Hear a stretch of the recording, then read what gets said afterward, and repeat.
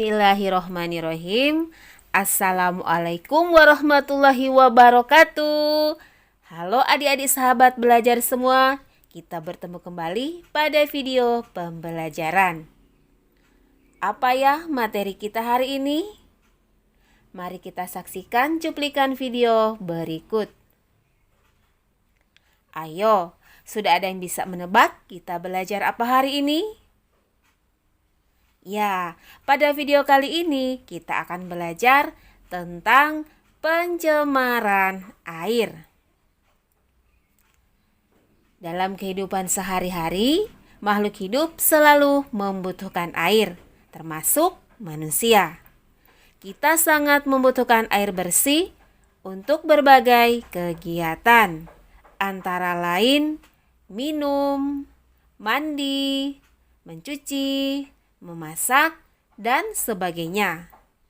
Salah satu ciri air bersih adalah tidak tercemar.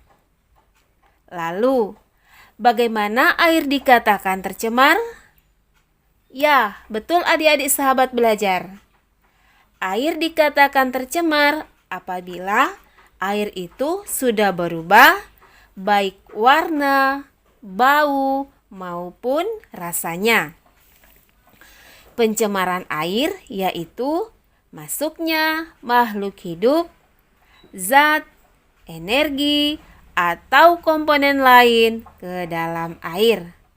Akibatnya, kualitas air turun sampai ke tingkat tertentu yang menyebabkan air tidak berfungsi lagi sesuai dengan peruntukannya. Faktor penyebab pencemaran air. Pencemaran air adalah pencemaran badan air seperti lautan, danau, sungai, air tanah yang biasanya disebabkan oleh aktivitas manusia. Bahan pencemaran air berasal dari limbah industri, limbah rumah tangga, dan limbah pertanian. Limbah industri. Air limbah industri cenderung mengandung zat berbahaya. Oleh karena itu, kita harus mencegahnya agar tidak membuang air limbah industri ke saluran umum. Kegiatan industri selain menghasilkan produk utama atau bahan jadi, juga menghasilkan produk sampingan yang tidak terpakai, yaitu limbah. Jenis limbah yang berasal dari industri dapat berupa limbah organik yang bau. Jika limbah industri tersebut dibuang ke saluran air atau sungai, akan menimbulkan pencemaran air dan merusak atau memusnahkan organisme di dalam ekosistem tersebut.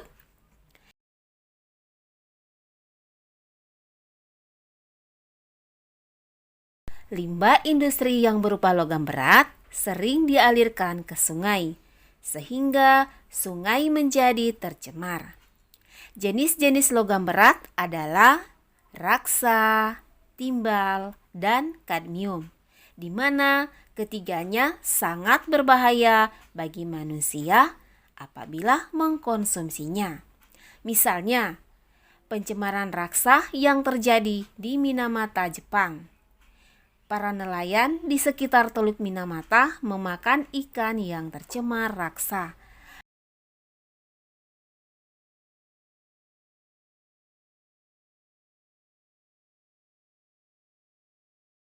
Akibatnya, mereka mengalami kerusakan saraf yang disebut penyakit Minamata.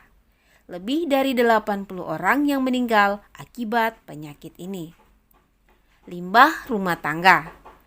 Limbah rumah tangga merupakan limbah yang berasal dari hasil samping kegiatan perumahan. Limbah rumah tangga dapat berasal dari bahan organik, anorganik, maupun bahan berbahaya dan beracun. Limbah organik adalah limbah seperti kulit buah sayuran, sisa makanan, kertas, kayu, dan berbagai bahan yang dapat diuraikan oleh mikroorganisme. Limbah yang berasal dari bahan anorganik berasal dari besi, aluminium, plastik, kaca, kaleng bekas cat, dan minyak wangi. Di perairan, sampah mengalami proses penguraian oleh mikroorganisme. Akibat penguraian tersebut, kandungan oksigen dalam perairan juga menurun. Menurunnya kandungan oksigen dalam perairan akan merugikan kehidupan biota di dalamnya. Limbah pertanian. Air limbah pertanian sebenarnya tidak menimbulkan dampak negatif pada lingkungan. Namun, dengan digunakannya fertilizer sebagai pestisida yang kadang-kadang dilakukan secara berlebihan, sering menimbulkan dampak negatif pada keseimbangan ekosistem air. Pada sektor pertanian juga dapat terjadi pencemaran air, terutama akibat dari penggunaan pupuk dan bahan kimia pertanian tertentu seperti insektisida dan herbisida. Limbah bahan berbahaya dan beracun. Limbah bahan berbahaya dan beracun antara lain timbul akibat adanya kegiatan pertanian. Kegiatan pertanian biasanya menggunakan obat-obatan pembasmi hama penyakit seperti pestisida, misalnya insektisida. Selain itu, kegiatan pertanian juga menggunakan pupuk, misalnya urea.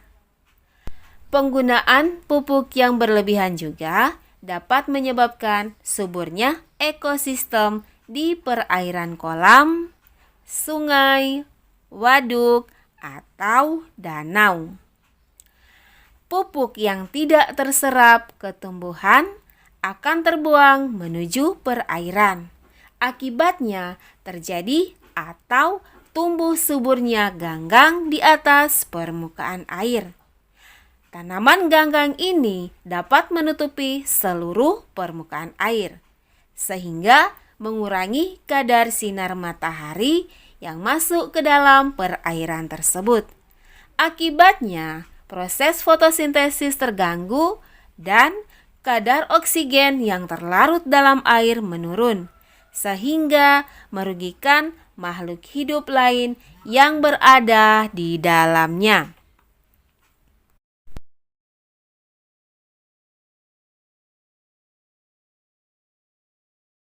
Dampak pencemaran air.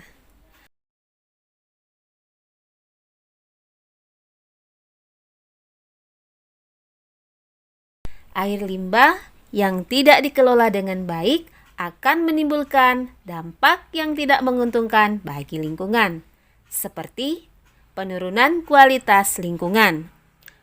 Pembuangan bahan tercemar secara langsung ke dalam perairan dapat menyebabkan terjadinya pencemaran pada perairan tersebut. Gangguan kesehatan. Air limbah yang tidak dikelola dengan baik akan menimbulkan berbagai penyakit. Tidak menutup kemungkinan di dalam air limbah tersebut mengandung virus dan bakteri yang menyebabkan penyakit. Air limbah juga bisa digunakan sebagai sarang nyamuk dan lalat yang dapat membawa penyakit tertentu. Pemekatan hayati. Apabila suatu perairan tercemar oleh bahan beracun itu dapat meresap ke dalam tubuh alga atau mikroorganisme lain. Selanjutnya, hewan-hewan kecil atau zooplankton akan memakan alga tersebut. Kemudian, zooplankton akan dimakan oleh ikan-ikan kecil dan ikan besar akan memakan ikan yang kecil. Apabila ikan-ikan besar tersebut ditangkap oleh manusia dan dimakan, maka bahan beracun tersebut akan masuk ke dalam tubuh manusia. Mengganggu pemandangan. Kadang-kadang air limbah mengandung polutan yang tidak mengganggu kesehatan dan ekosistem, tetapi mengganggu pemandangan kota. Meskipun air yang tercemar tidak menimbulkan bau, perubahan warna air mengganggu pemandangan mata kita. Hal ini tentu mengganggu kenyamanan dan keasrian kota. Mempercepat proses kerusakan benda. Ada sebagian air limbah yang mengandung zat yang dapat diubah oleh bakteri anaerob menjadi gas yang dapat merusak seperti gas H2S. Gas ini dapat mempercepat proses perkaratan pada besi. Agar terhindar dari hal-hal di atas, sebaiknya sebelum dibuang, air limbah harus diolah terlebih dahulu dan memenuhi ketentuan baku mutu air limbah. Nah, adik-adik, itulah materi pembelajaran kita hari ini. Terima kasih atas perhatiannya. Semoga bermanfaat. Mohon maaf jika ada kesalahan. Wassalamualaikum warahmatullahi wabarakatuh.